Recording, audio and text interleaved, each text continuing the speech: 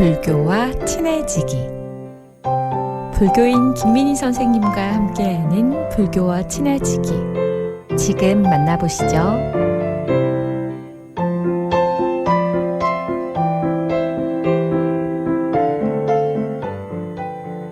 안녕하세요. 불교인 여여와 김민희입니다.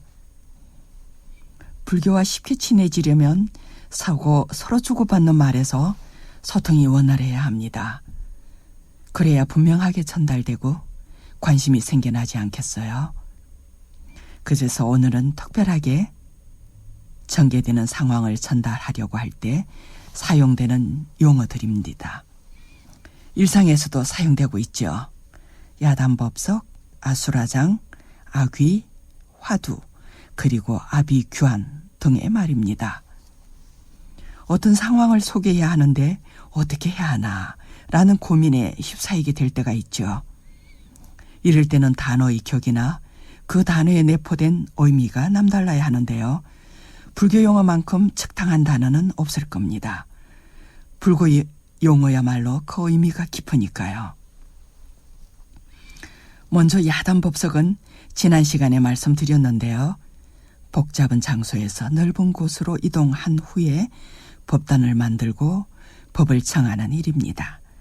그런데도 이런 과정에서 발생하는 혼잡하고 번잡한 상황만을 야단법석이라고 한다고 말씀드렸고요. 다음은 아수라장입니다. 전쟁이나 싸움, 사고 등의 끔찍한 혼란 상태를 일컫는 말입니다. 불교에서 유래된 아수라장은 악신 아수라와 선신 제석천의 전쟁 같은 상황을 표현하는 용어입니다. 아수라는 머리가 셋이고요. 팔이 6개를 가진 형상에다 싸움까지 엄청 잘한다고 합니다. 이 아수라계는 인간 세상 바로 아래에 있는데요. 그래서 인간의 역량이 전달되는지 인간계에서 좋은 일을 많이 하면 아수라계의 힘이 약해져서 제석천왕이 승리를 한다고 합니다. 아수라라는 영화도 있잖아요. 야단법석보다 좀 더 심한 표현인데요. 서로 갈구고 사태질하고 막 들이대는 이런 것을 보고 아수라장이네 이렇게 하잖아요. 아수라계는 불교 세계인 욕계, 색계, 무색계인 3계 28전 중에 있는데요. 아수라계가 포함된 욕계는 욕망과 욕심이 가득한 세계입니다. 천상, 인간, 아수라, 축생, 아귀, 지옥까지를 육도로 하고요. 이 육도 중에서 인간 세계 바로 아래가 아수라계이고요. 하나 더 말씀드릴 세계는 가장 아래에 있는 지옥 바로 위에 있는 아귀 세계입니다. 아수라계에 이어서 아귀계는 늘 배고파하는 굶주린 귀신을 말합니다. 이들은 식탐의 과보를 받은 아귀계인데요. 음식을 먹으려면 불이 일어나 음식을 태워버리든가 먹어도 배가 고프답니다.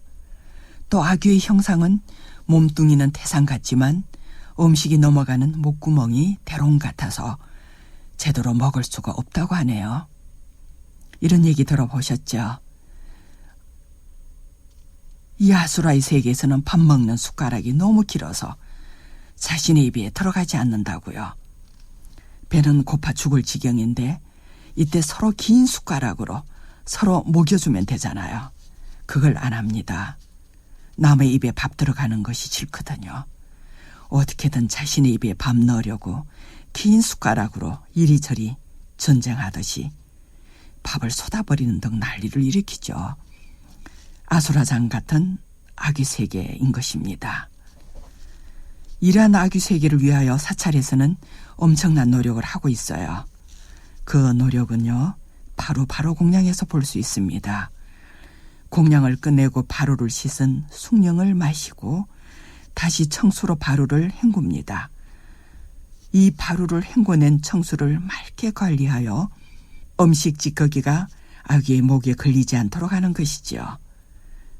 그리고 오합 바루, 5개의 바루 중에 하나를 시식 바루라 하여 지역아귀 아수라에게 공양하는 것에서 알 수 있습니다. 다음은 아비규환입니다. 아수라장에서 좀 더 심해진 상황인데요. 지독한 표현인 아비규환은 아비지옥과 규환지옥 두 개를 합한 가장 괴로운 것에 빗댄 것이지요. 재해 같은 엄청난 피해 속에서 울부짖는 상황을 가리키는 말입니다. 자, 여기서 한술 더 떠면요. 이런 지옥 같은 고통의 세계인 막다른 길에 다가섰다 싶으면 어떻게 해서라도 이 상황에서 벗어나든지 아니면 결사적으로 들이대진지 뭔가를 하려고 합니다. 이걸 보고 이판사판이라고 합니다. 요즘 말로 이판사판, 공사판이라고 하잖아요. 이판사판은 이판과 사판이 합해진 것입니다. 고려의 숭불 정책에 따른 불교의 부패와 타락된 것에서 조선의 숭유 억불 정책으로 생겨난 성녀의 천민계급, 도성 출입 금지 등 시대적 궁지에 몰린 상황을 맞게 됩니다.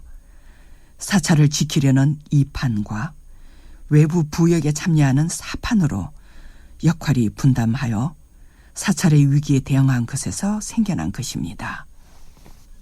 자, 이번에는 화두입니다. 어떤 난제를 앞에 두고 이를 해결하지 위한 과제를 화두라고 합니다. 화두 역시 불교 용어인데요. 옛 조사들이 깨친 기원을 모아 만든 공식 같은 용어입니다. 공안이라고 하지요. 공안이란 관공서의 문서라는 뜻입니다. 그래서 절대적 책임을 상징하고 있고요. 불교에서의 소행과 깨달음을 전쟁과 총알에 배대하고 있는데요. 그래서 도리어 위험한 상황을 만들지도 모를 일이라 생각되어 수행의 곳곳마다 지혜의 개발을 필수로 요구하는 것입니다. 이상으로 야단법석, 아수라장, 아비규환, 이판사판, 화두라는 단어가 어떻게 사용되고 있는가를 알아보았습니다. 특이하고 별난 상황을 전달할 때 불교 용어를 사용하면서요. 일반화되는 과정에서 변형되었고요. 사자성어의 형태를 갖추기도 한 것입니다. 그런데 사람들은 그 말이 지닌 깊은 의미보다 쉽고 전달하기 좋은 말로 만들어가는 것 같아요. 또 어떤 말들이 생겨날지 궁금하네요. 자, 남은 오후도 보람되게 보내시길 바랍니다.